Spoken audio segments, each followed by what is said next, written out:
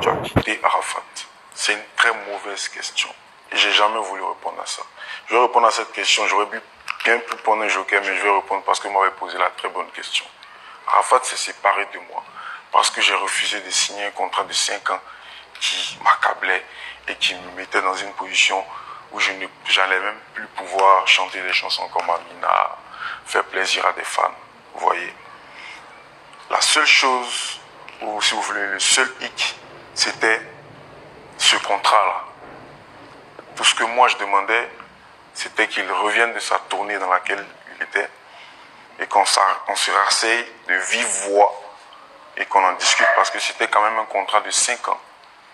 Un contrat de 5 ans, ça se signe pas du pôle Nord au pôle Sud. Il faut se voir, il faut en discuter, il faut renouer les choses parce qu'il y en a quand même eu 2 qui n'ont pas donné grand-chose. Donc du coup, il fallait bien rediscuter parce que l'enfant a quand même grandi et il a une petite famille quand même qu'il est tenu de gérer. Donc du coup, il faut bien faire les choses. Donc il fallait que papa ait une oreille vraiment un peu plus attentive pour écouter ce que l'enfant avait à dire. Mais ça n'a pas été le cas. Et à ma grande surprise, j'ai été éjecté de l'aérogang juste à cause de ce contrat-là. Et je l'ai pris sur moi. J'aimerais rebondir sur l'explication de tout à l'heure, parce que j'ai entendu Arafat s'est séparé de moi. Alors, pour ce qu'on a observé, c'est comme si c'est Ariel qui est parti. Vous voyez, on a vu une conférence de presse où Ariel réunit des journalistes et leur font comprendre qu'ils quittent l'aérogang et ainsi de suite. On a suivi les événements tels qu'ils se sont passés. Donc, aujourd'hui, quand vous dites Arafat s'est séparé de moi, on se demande est-ce qu'il y a des non-dits? Est-ce que vous avez une discussion avant qui était une discussion de rupture avant d'aller faire cette conférence de presse? Ou bien vous avez décidé à un moment donné, c'est-à-dire vous avez tiré les conclusions que c'est fini et vous êtes allé faire votre conférence de presse? Parce que lui, dans son explication, pour ce qu'on a eu à voir, c'est Ariel qui est parti. Et lui aussi, il a découvert, comme tout le monde, une conférence de presse où Ariel explique qu'il n'est plus dans sa team.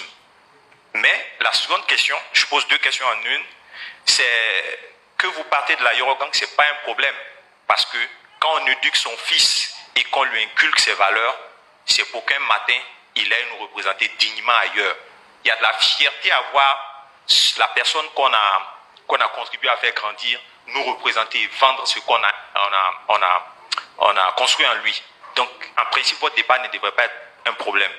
Est-ce que vous n'aurez pas pu faire le sacrifice d'aller honorer le tournant du Bataclan, le fameux concert où il s'est senti poignardé, on va mettre ça en griffe? Est-ce qu'on n'aurait pas pu régler la question du Bataclan, qui était un tournant dans sa carrière parce qu'il visait l'Occident, et puis discuter de ce renouvellement de contrat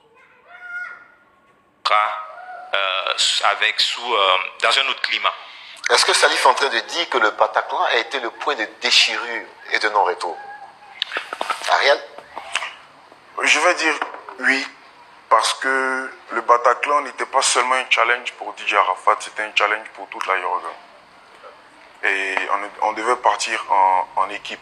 C'était comme une guerre qu'on partait faire. Une guerre contre tous les détracteurs, contre beaucoup de personnes. Vous voyez, ça a été vraiment dommage. Si vous avez bien suivi les événements, comme vous l'avez dit tout à l'heure, vous allez vous rappeler que avant que je ne fasse la conférence de presse, Arafat avait déjà annoncé que je n'étais plus de l'aérogang. Il avait fait un direct. Suite à quoi? Suite à mon refus de signer ce contrat de 5 ans. Parce que les clauses ne m'arrangeaient pas. Après ce refus, il me fait, bon, quand tu refuses, ok, tu ne viens pas en France. C'est pas la peine, laisse tomber. Je tombe des nuits, j'ai dit d'accord. Ok. C'est venu de lui. C'est venu. Parce qu'il y a l'explication des visas. Exact. Ariel qui se retrouve au Maroc pour un anniversaire. J'en viens. Voilà. Je suis en train de vous expliquer en fait. C'est comme ça que ça se passe. Et le lendemain, je reçois un message de lui tu fais plus partie de la Eurogang, fais-tu